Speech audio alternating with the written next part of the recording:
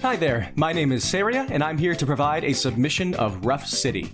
Ruff City is a 2023 indie beat-em-up game by Jason Marrero.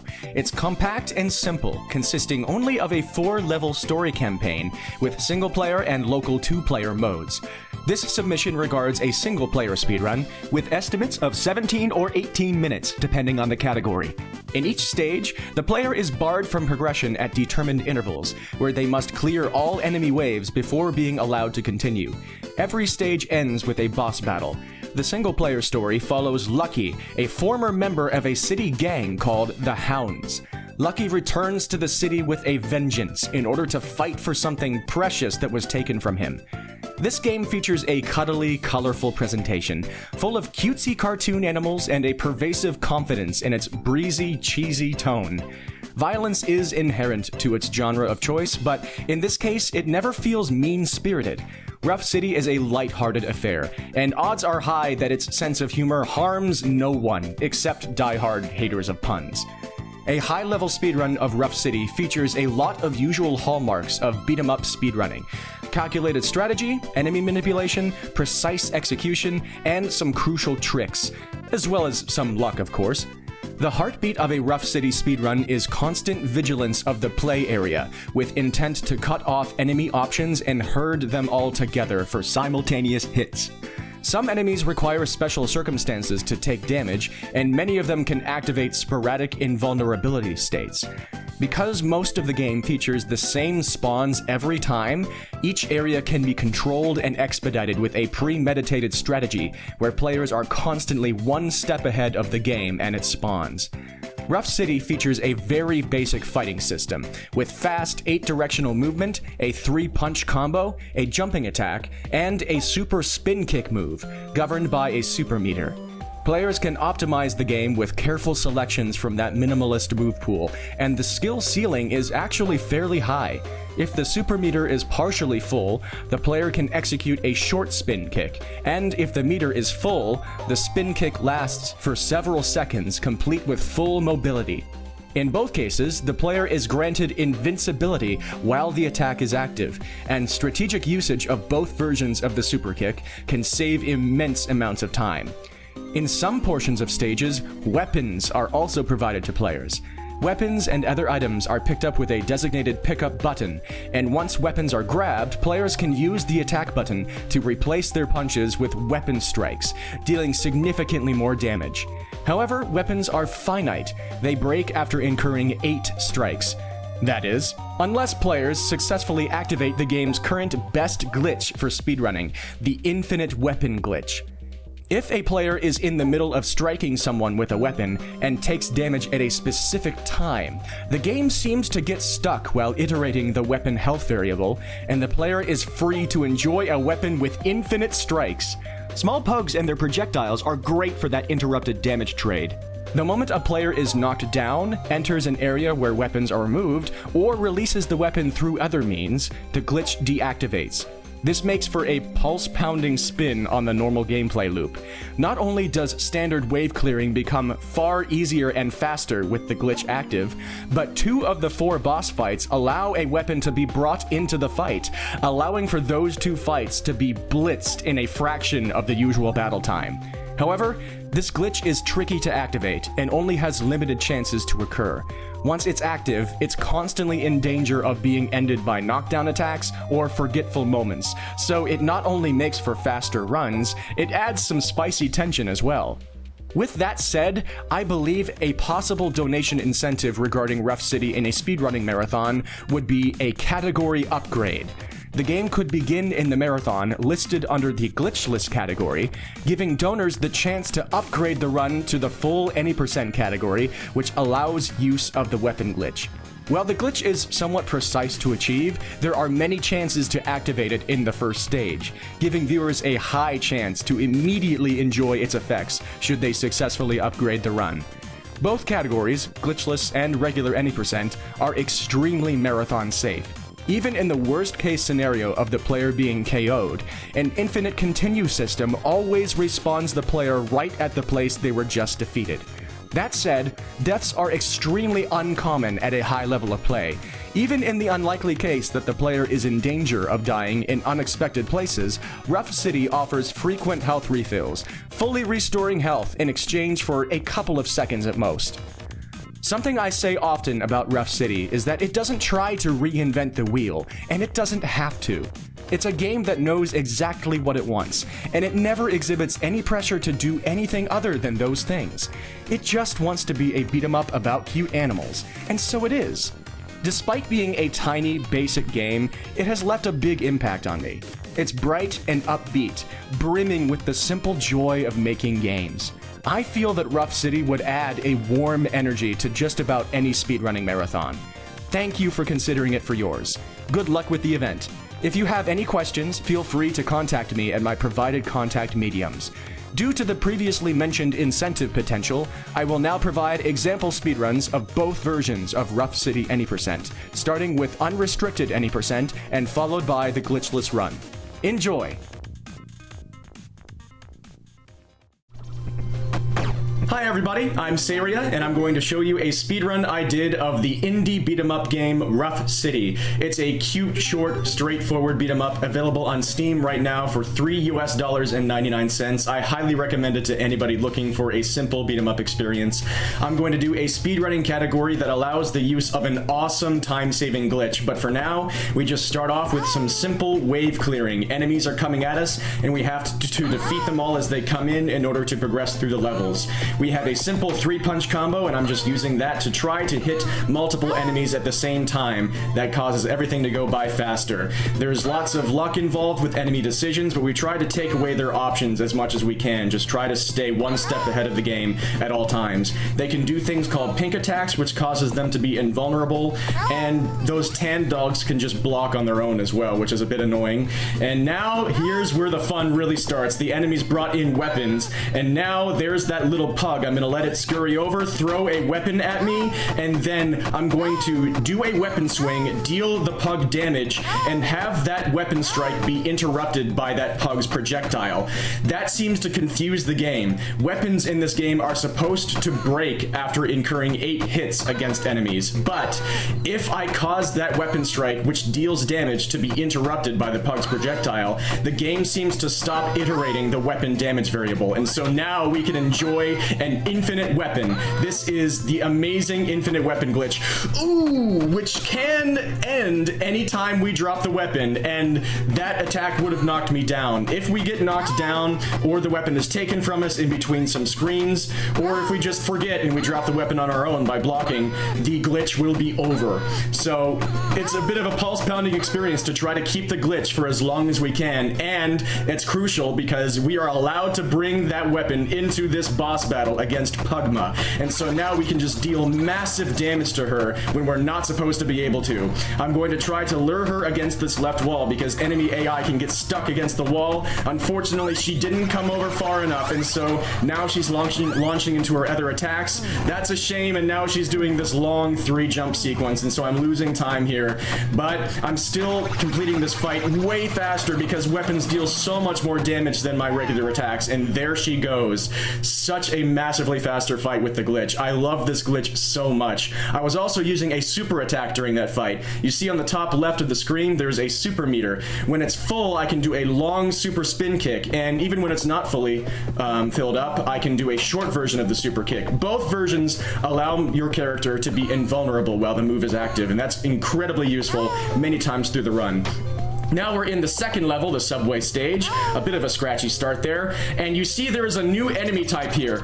That guy, the tanks, those are a problem. They can only be hit from behind, and even though they look slow and big, they are dodgy and tough to wrangle. And so I have some time to set up before these spawns here because enemies are arriving by train, and so I'm getting myself behind the tanks whenever I can, but there were 2 in that wave, and so I just let that one meander in and do its attack, have some fun, and then expose its back so I could take care of it and that last dog at the same time. Unfortunately, we can't bring a weapon into this part of the stage, and so I didn't worry about activating the infinite weapon glitch there. I am going to activate it soon though. go. And so now we're just going to try to focus on some clean fighting. Here's another new enemy, the cats. They can launch into an unwieldy attack of their own, but thankfully it just tends to bring them toward you. That train just took care of that wolf for me. It just did my work. But hopefully we don't get knocked down once we activate the glitch again. There we go. I got my attack interrupted by the pug as I was dealing damage, and so now we have the infinite weapon glitch again. But the train knocks down any enemies except the tanks that it makes contact with, and so we have to be really careful to not be knocked down, not just by the enemies, but also by the trains that are coming through. They can appear on random tracks, and I had a nice bit of luck there where those two tanks came together. That train almost hit me. Oh my goodness. Thankfully, the cats don't knock you down if they hit you. So we were able to take care of the subway pretty quickly there with the infinite weapon glitch, and I was able to take care of that massive wave with all of those tanks pretty quickly. Unfortunately, we cannot bring the weapon into this next boss battle against Jim, the gym rat. It took me way too long to get this joke. He starts off with several, like, he's like most bosses in this game, he can alternate between 3 main attacks. He starts with the jump rope attack, goes into that push-up attack, and if we're lucky, he will go back into the jump rope attack again. Very good. This allows me to block that attack and recharge my super meter again, so I can use 2 long supers to start off this fight and deal a ton of damage. The super attack is stronger than our regular attack, and you saw I used the short super there while he was in the middle of that dashing attack. That allowed me to avoid taking damage while dealing damage, and that's such a great way to use the super attack, short and long version. Now we can just wail away on him with it. This is a fight where you try to dodge attacks as much as possible, but you see, whenever I don't have the short super available, I'm just also trying to deal a few jabs here and there. Just get as many hits in as possible. Try to get this done ASAP. Our uppercut can also give us a little bit of invulnerability for a few frames, and that can be useful at the beginning of his jump rope attack. So we just try to dance around him, just really try to sneak in as many hits as possible, and there, he's down. It would have been nice to be able to take him down before his final dash attack there, because it takes a while, but we're through the sewers and the subway, and now we're into the level with my favorite music in the game, and possibly my favorite new enemies in the game. These birds are just really fun to control for me. It's so much fun to work with them.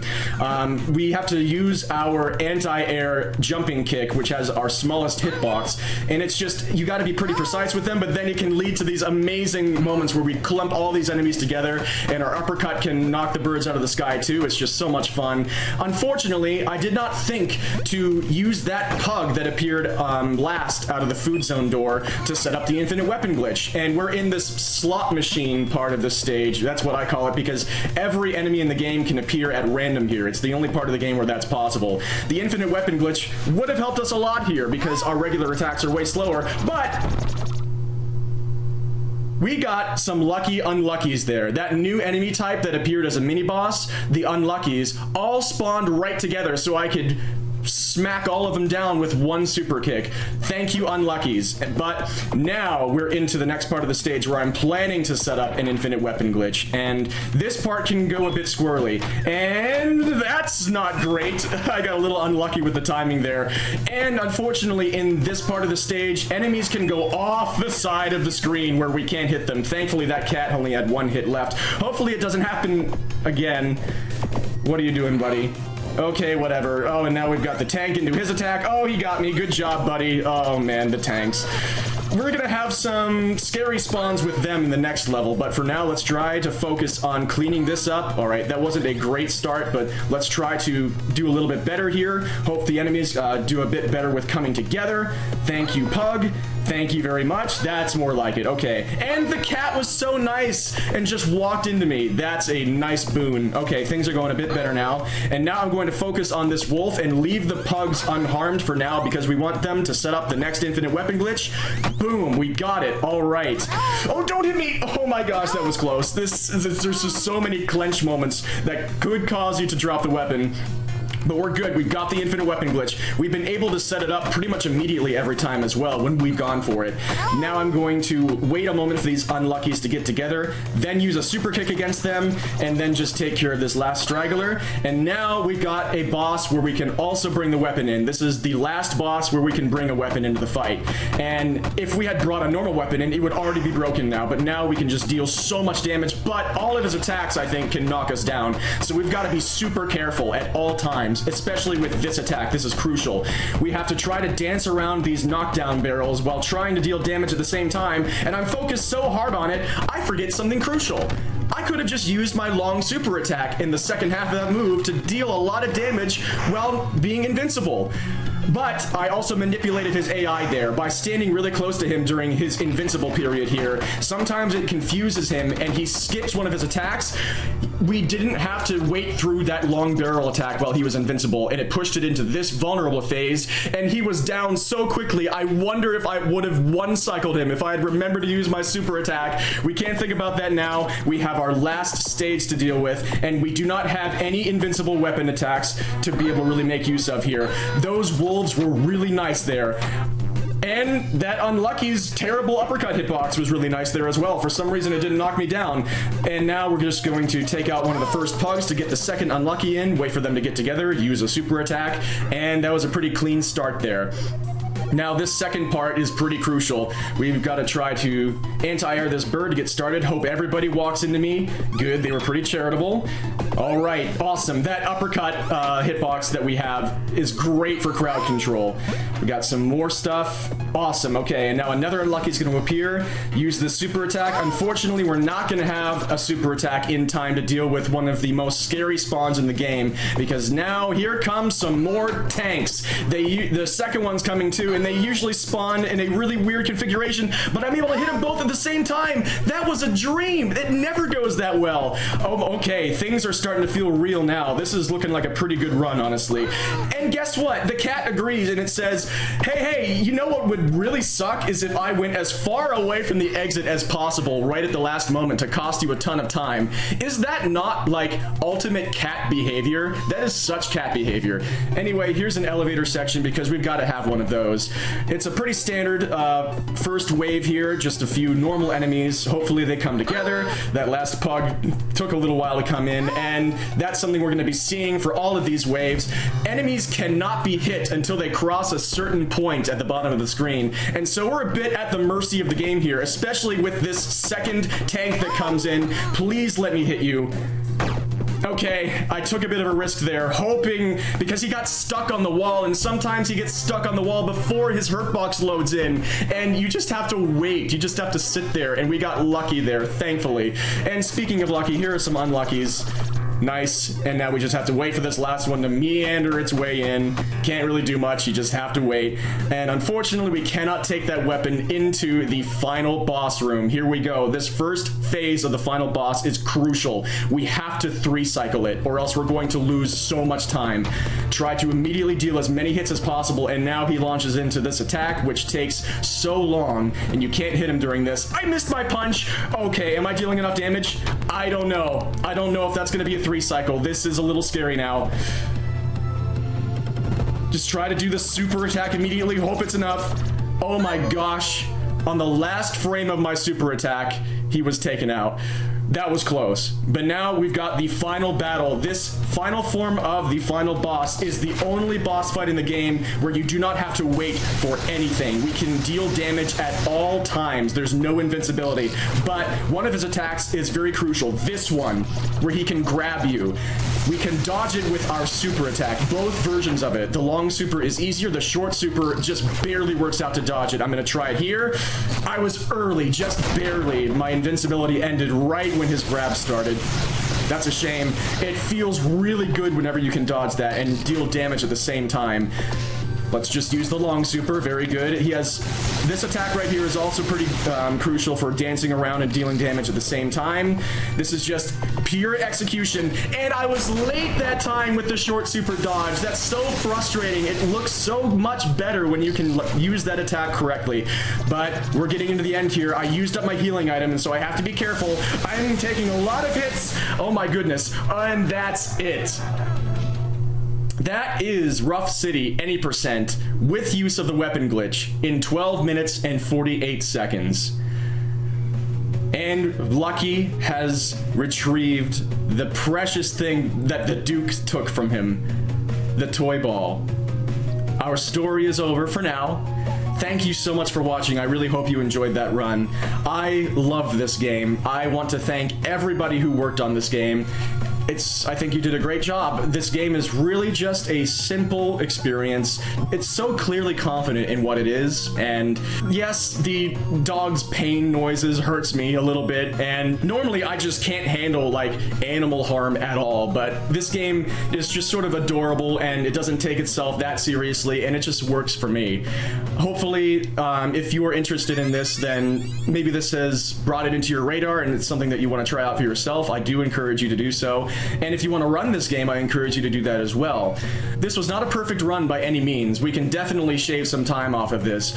First and foremost, by activating the infinite weapon glitch every single time it's possible, in the beginning of the subway and in the first part of stage 3 before that slot machine section.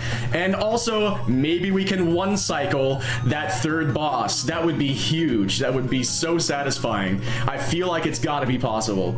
And then just some cleaner gameplay all around, and I don't know if we're looking at a sub 12, but we're definitely looking at some improvements. And devs, if you're watching this, I encourage you not to remove the infinite weapon glitch. I think it's just so much fun. It's not that easy to activate, especially if you don't mean to. I did find it by accident, but even when I was trying to do it on purpose for a long time, I could not figure it out. I just think it's a cool new spin on the gameplay, but it's up to you. Like, you do what you want to do, but I think it's just such a cool way to add replay value. And if you're watching this and you are considering this run to be a part of a speedrunning marathon, I hope this gave you everything you needed information-wise. I hope all of you found this entertaining or informative. Thank you so much for watching. I wish all of you the best. Dream on, folks. Peace.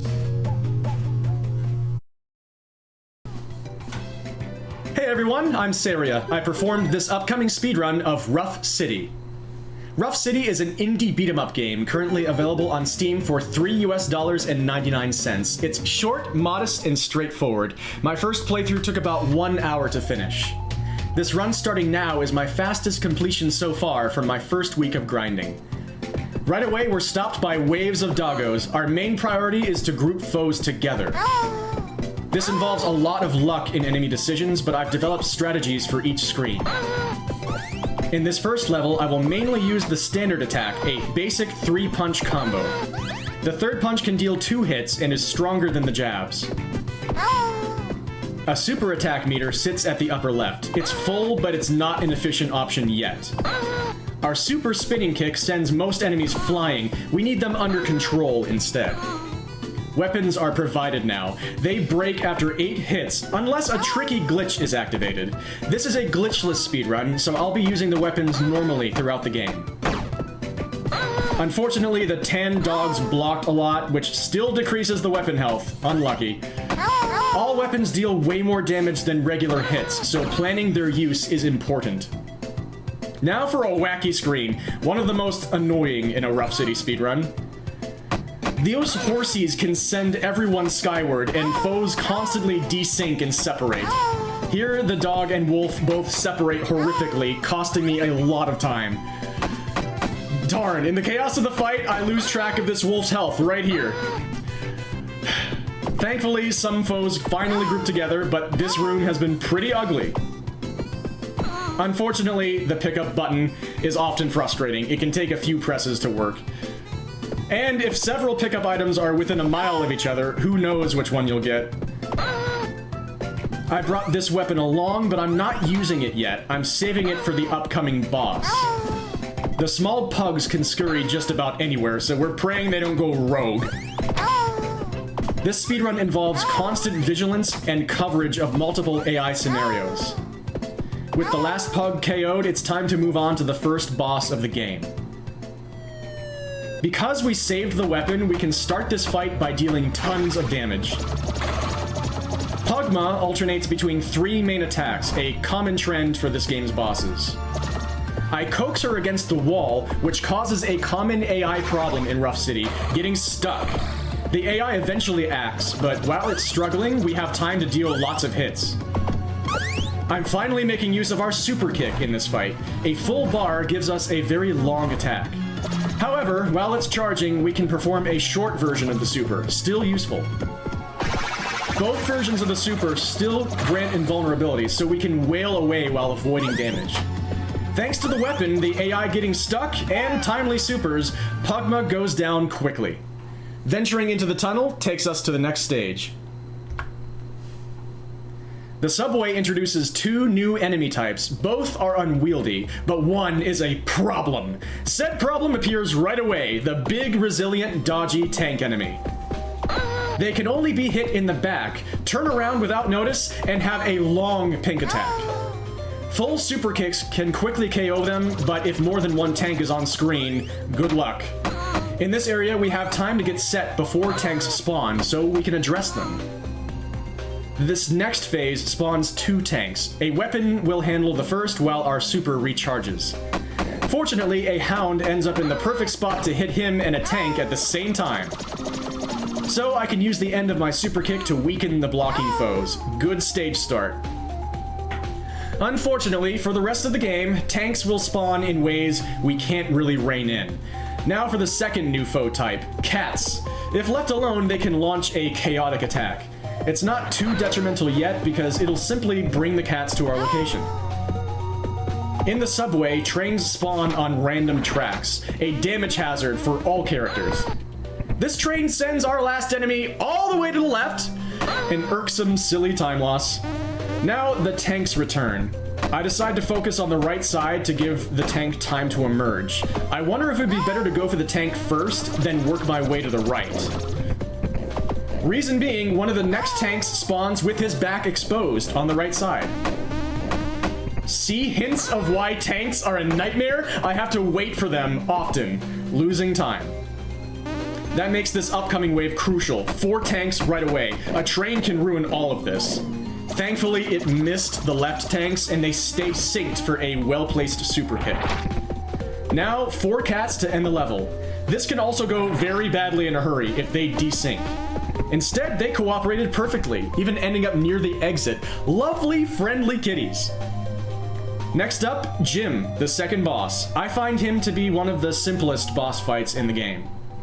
However, trying to complete this fight as soon as possible is less simple. It takes luck and precision. This jump rope attack is technically dodgeable, but blocking it fills our super meter. If we're lucky, 2 of Jim's first 3 attacks will be the jump rope, giving us 2 supers. Lucky. Now we can start this fight with tons of damage. 2 full supers right away.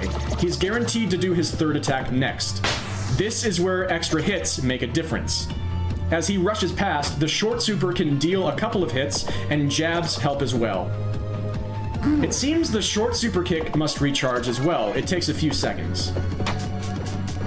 Ideally, we'll finish this fight before having to wait through one of his attacks.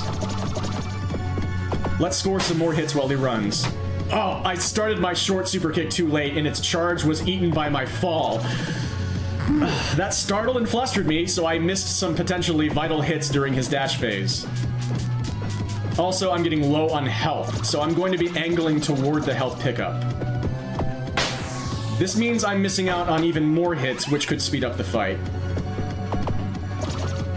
If I'd performed better, I likely could have finished him off before that last push-up attack. With Jim down, simply wait at the middle of the screen and a ladder will take us onward. Now for a 2-part stage with my favorite music track in the game. Also, we meet possibly my favorite foes, birds. They can be hard to hit, but in a fun way. Our jump kick has the smallest hitbox in the game, and the birds have sporadic invincibility. This stage has started scratchy, but I've kept everyone near food zone, which is key. That's where new spawns happen initially. Then the slot machine of this run begins. During this section, unlike the rest of the game, any enemy can appear at random. We're unlucky to see a tank, but lucky that he spawned early so our super can recharge. Rats. That cat's attack separated it from a wolf who's stuck in the wall. Unlucky. I can't complain for long because then I get one of the best possible bits of luck. Boom. All 3 of our final foes spawned together, near the exit as well. Amazing. On Slot Machine Street, I'd say I won in this run, but the stage certainly isn't over yet. Anytime birds are present, we hope they fly into our uppercuts for quick knockdowns. I managed to find the perfect spot to punch no one, losing some time, but it's okay. What's less okay is a troubling feature of this stage. Enemies can leave the screen.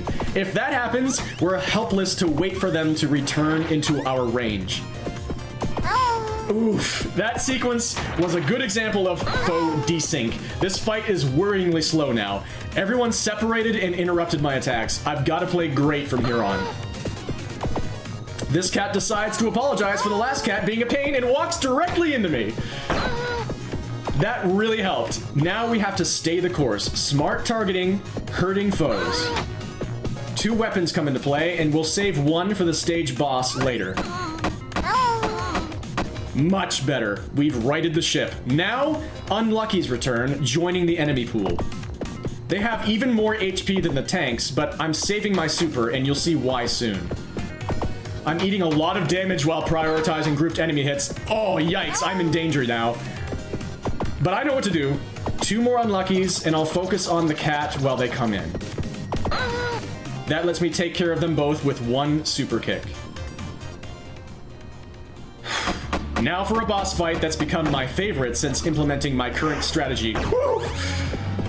First, a scary brush with death, right after which I forgo some hits to restore my health. Now this attack is the key. I dance around him with jabs, avoiding barrels. Midway, I super. I'm able to pile on tons of damage while the player is meant to be scrambling. Now an invincible pink phase. I stand close to him, forcing him to iterate his moves ASAP. That also seems to cancel some attacks, making him vulnerable again way sooner. Huge. It also pushes his barrel attack into this phase, working perfectly with our super meter. Unfortunately, if we get hit by a barrel, we can get juggled. That costs us some hits. It may be barely possible to finish this boss before he turns pink again, but I'm yet to do it.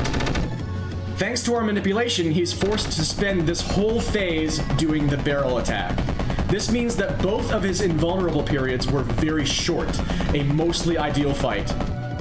1 last super kick should grant us access to the final area. This stage has our last 2 tank situations, and they're the most evil ones in the game. First, let's focus on taking out an Unlucky and hope other enemies group nearby. Fantastic! The wolves decide to cooperate this time, expediting this first room. Now I'm gonna focus on taking out a pug to spawn the next Unlucky ASAP. The rascals shot past me, and the Unluckies took a moment to congeal. A bit slow. Now for another vital few waves of basic fighting, hoping everyone groups together. I land some crucial jabs in this moment, hitting a dog and a bird barely within reach. Amazing sequence. Everyone was charitable. We super kick the Unluckies. And here goes. This next wave includes the most brutal tank spawn in Ruff City. We need a miracle. They're on the right, separated just too much to target consistently. Oh no, my super kick was barely uncharged. Now they're still in that horrendous positioning, and hitting one means the other is aggroed. No, a moment ago I had them sandwiched, but somehow missed the right one. Oh dear, that was pretty disastrous, and it made me dispirited. A massive blemish on the run. The next enemies play nice, but the tank catastrophe cost about 6 ugly seconds. It was mostly my fault, but the next harrowing tank spawn is all based on luck. We face 3 enemy waves in this elevator, and the first wave is fairly simple. However, in this elevator, foes cannot be hit until they cross a certain point when entering. And in this next wave, the second tank spawns stuck, with his back hugging the wall. We'll likely have to watch more of our hard-fought expediency evaporate off-screen. Say that 5 times fast. Yep, stuck. Uh-huh. And he turned around at the worst moment, adding insult to injury. Well played. So, those 2 tank spawns I mentioned, they went south this time. That's how it goes. We're now at the mercy of unluckies trudging into the hittable zone as well. Not ideal. Pretty standard, that was no complaints. And it takes us into the final confrontation. I now must 3-cycle the first form of this boss, or else world record chances are dead. This is tricky because we can't buffer walking. The first hits are tough to position. You can see how having to wait an extra cycle would cost tons of time. Thankfully, I think I've dealt barely enough hits, and a super kick should be enough. Don't believe my splits right now. The world record was actually 14:23 at this time. Now, the second form, the last fight of Ruff City. This is a dynamic make or break fight. This is the only boss where we never have to wait in order to deal hits. Ball's in our court. However, especially when he speeds up, it can be difficult to juggle dodging and striking. Also, because his timings are slightly random, committing to uppercuts can be risky. One of the coolest bits of this game is the fact that our short super lets us dodge his grab. Like this. Now for the final push. This is a huge test of efficiency for dodges and hits. Darn, I lose some crucial time here by fearing an early grab attack, so I just sit there. There's hardly a limit to how fast this fight can go. It's almost entirely player execution. And I'm getting pretty messy here, but I have enough health to just let me tank and punch. Can I dodge another grab? Don't need to. Time. That was Ruff City, completed single player and glitchless in 14 minutes, 12 seconds, .883. I think this is a sweet little game. Doesn't try to reinvent the wheel, just does its thing. It can be a pain to try to speedrun cleanly, but I bet that's true for most beat-em-ups. And it's not designed for that anyway. I highly recommend it as a cute, quick, basic romp. This speedrun was mostly clean overall. The final 2 tank situations were quite deflating. Aside from that, an iffy first stage and some things here and there, this run's fine. I'll let this run sit for now. Sub 14 is possible. I intend to submit Ruff City to marathons. I'd like to thank everyone who worked on this delightful little game. Thank you for watching. I hope you found this entertaining and or informative. I invite others to try running this. You saw my time losses and new things may be found. Best wishes. Have a good one.